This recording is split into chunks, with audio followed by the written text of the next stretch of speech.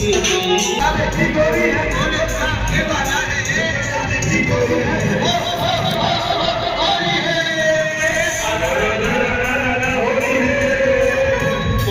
आप देख रहे हैं इंडिया न्यूज़ 24 HD। मैं हूं आपके साथ गोपाल ठाकुर। दर्शकों, आज मैं आपको दिखा दूं, हमारे साथ मौजूद हैं सदगुरु साक्षी श्री महाराज स्वयं हमारे साथ मौजूद हैं, जिनको लोग धरती पे भगवान के रूप में भी मानते हैं, जिनको भगवान के रूप में लोग मानते हैं। बड़ी श्रद्धा है साक्षी गुरु महाराज जी की, और आज हमारे साथ वार्तालाप में मौजूद हैं। जी, बहुत बहुत स्वागत है गुरुदेव आपका इंडिया न्यूज़ 24 HD में। बहुत बहुत स्वागत है आपका।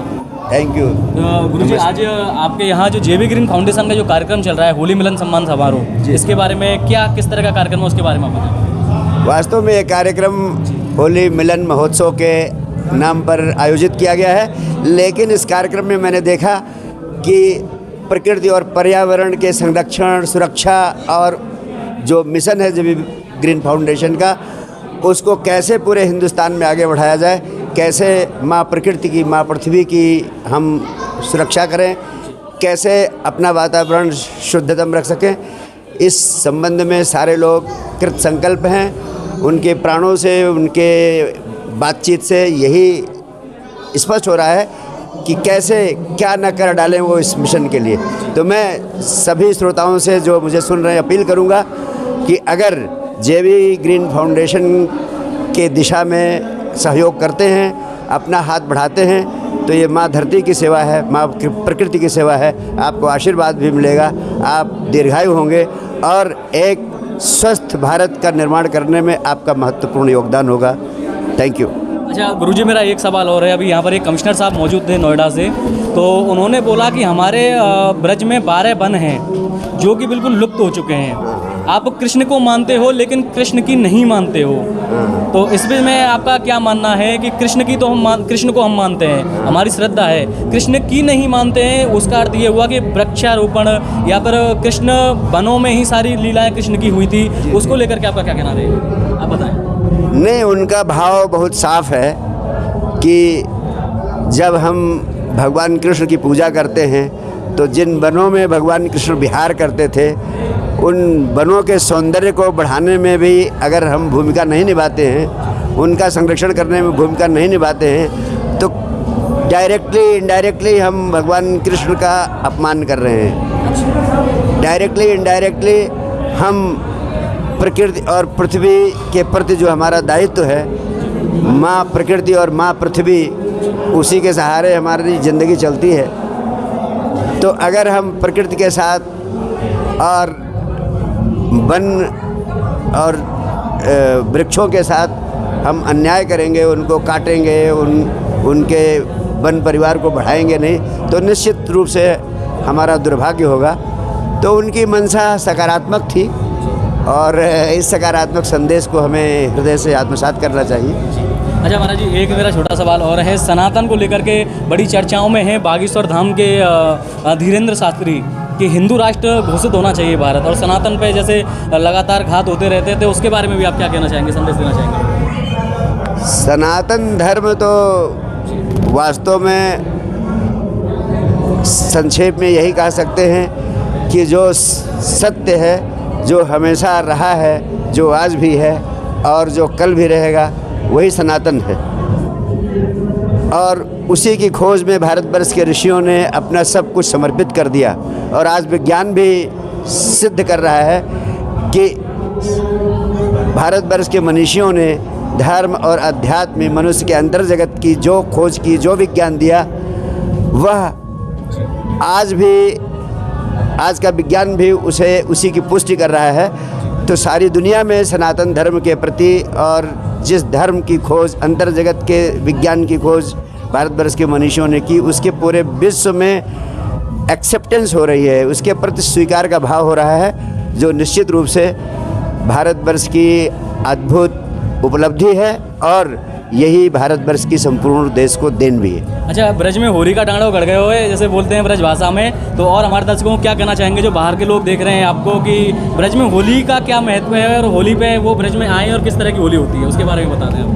वास्तव में होली ब्रज में कैसी होती है ये तो सारी दुनिया को पता है कि बहुत ज़ोरदार होली होती है, बड़ी ज़बरदस्त होली होती है। लेकिन इसके पीछे जो विज्ञान है वो सिर्फ यही है कि भगवान कृष्ण के माध्यम से हमने सारी दुनिया को ये संदेश देने की कोशिश की कि मनुष्य के पैरों में हो नृत्य, होठों पर हो बांसुरी, जीवन में भरा हो गीत और संगीत। अगर ये तीनों चीज़ें मनुष्य के जीवन में हैं तब निश्चित रूप से वो व्यक्ति धार्मिक है। अगर ये तीनों चीज़ें उसके जीवन में नहीं हैं तो अधार्मिक है। भगवान कृष्ण ने यही एक संदेश दिया है जिसको हम विभिन्न प्रकार के उत्सव महोत्सव मनाकर सिद्ध करते हैं कि मनुष्य का जीवन इतना आनंद से भर जाए कि उसकी ज़िंदगी का हर दिन होली बन जाए, उसकी ज़िंदगी की हर रात दिवाली बन जाए। यही भगवान कृष्ण का संदेश है। और ब्रज के लोग जितने उत्साह से होली महोत्सव मनाते हैं वो ये संदेश देता है कि अपने जीवन को ही उत्सव बना लो, अपने जीवन को ही महोत्सव बना लो। ठीक है, बहुत बहुत धन्यवाद आपका, आप हमारे साथ जुड़े रहे। और दर्शकों, अभी साक्षी गोपाल जी महाराज जी से हमने बात की, जेबी ग्रीन फाउंडेशन के बारे में उन्होंने बताया और ब्रज में होली का महत्व बताया और हिंदू राष्ट्र को लेकर और हिंदुत्व पर भी उन्होंने बात की। जैसे बागेश्वर धाम के बारे में हमने पूछा, उनसे चर्चा की, उन्होंने उसके बारे में बताया। तो आप देख रहे हैं Indian news 24 HD Gopal Thakur के साथ।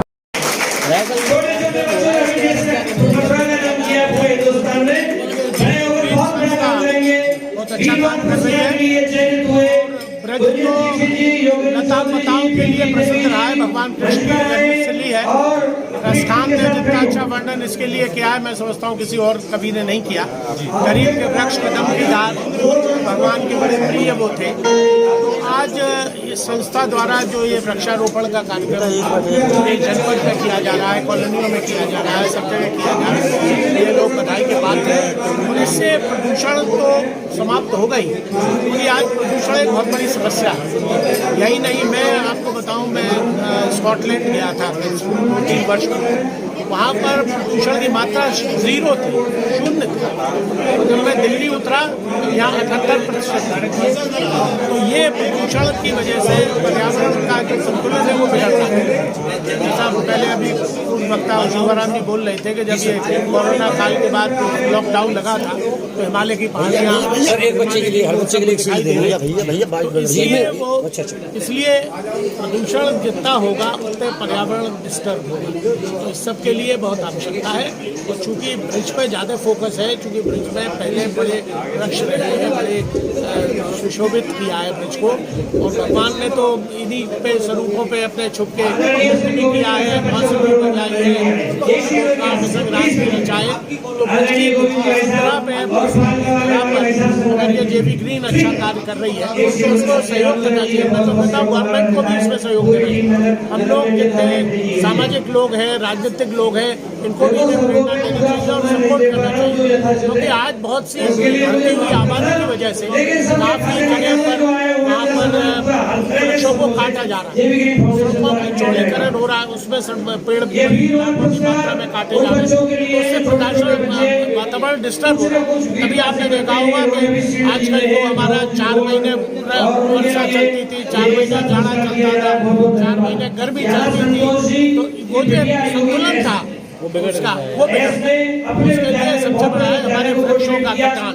यही नहीं, हिल स्टेशनों पे हो रहा है। हिल स्टेशन पे एक जमाने में कितनी बर्फें पड़ती थी, आज वहाँ का भी संतुलन बिगड़ गया। इसलिए वृक्षारोपण करना, ऑक्सीजन मिलती है, जीवन मिलता है हमको।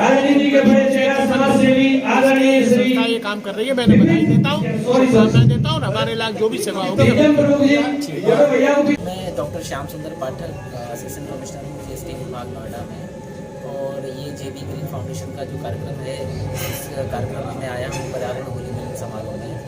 और इसका उद्देश्य सिर्फ इतना है कि हम अपने ब्रिज को फिर से हरा भरा बनाना चाहते हैं। और पर्यावरण को लेकर जो चिंताएं हैं, सब हर आदमी आज चिंतित है। वो चिंता को मिटाने का एक ही तरीका है कि हम ज़्यादा से ज़्यादा वृक्षारोपण करें। इसी उद्देश्य से एक मतलब होली मिलन भी हो जाए और एक संदेश भी हम जनता तक पहुंचाना चाहते हैं कि यदि हम कृष्ण के भक्त हैं तो सच में अपने ब्रिज को बचाने के लिए अधिक से अधिक वृक्षारोपण करना होगा। हमें अपने उन 12 वनों को पुनर्जीवित करना होगा जिन 12 वनों का जिक्र हमारे मतलब शास्त्रों में इसका उल्लेख है। उन 12 वनों के बारे में क्या कहना चाहेंगे, किस तरह से लुप्त हो गए? देखिए, सबसे बड़ी समस्या ये है कि हम प्रकृति हमारी सहचरी है। हमने उसे दासी बनाने का प्रयास किया। ये सबसे बड़ी समस्या है।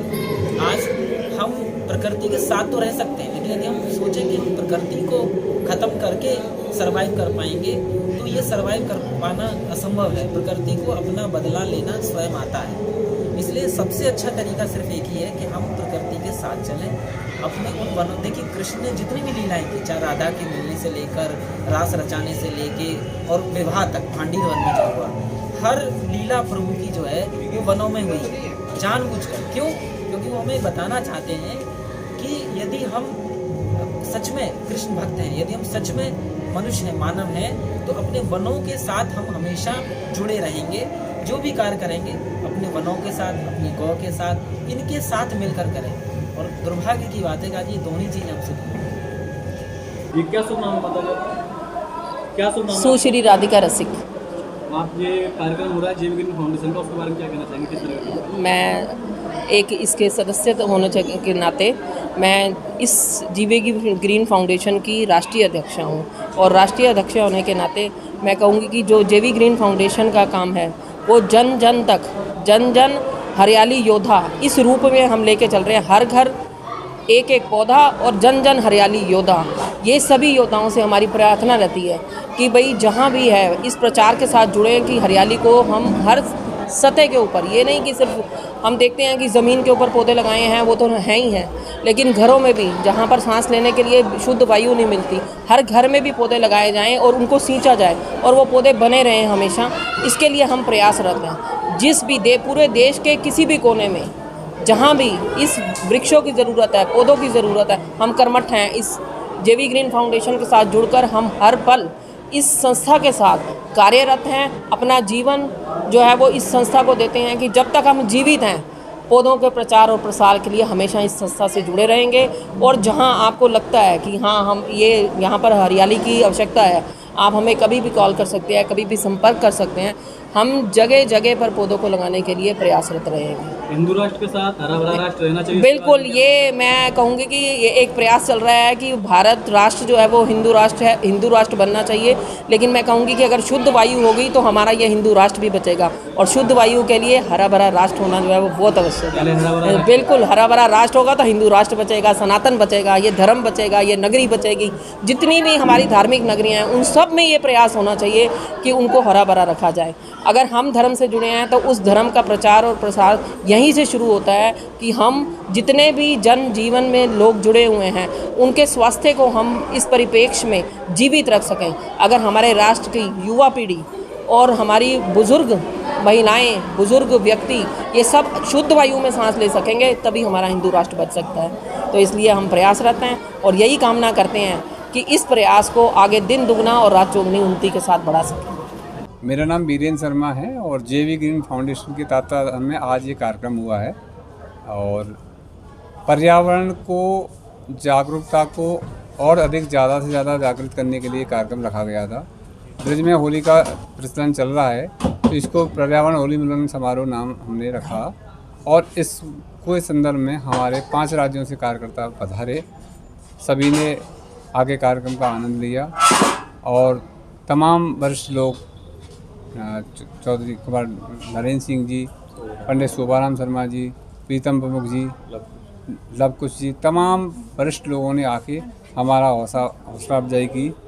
और हम सबको यही संदेश देना चाहते हैं कि ब्रज में जो विकास के नाम पर अब तक वृक्षों का विनाश हो रहा है उसको दोबारा से हरा भरा करने के लिए हम अपने ट्रस्ट के माध्यम से सबसे निवेदन करते हैं कि हमारे साथ में मिलें, जुड़ें और हमारी मुहिम को आगे बढ़ाने के लिए हमारा साथ दें।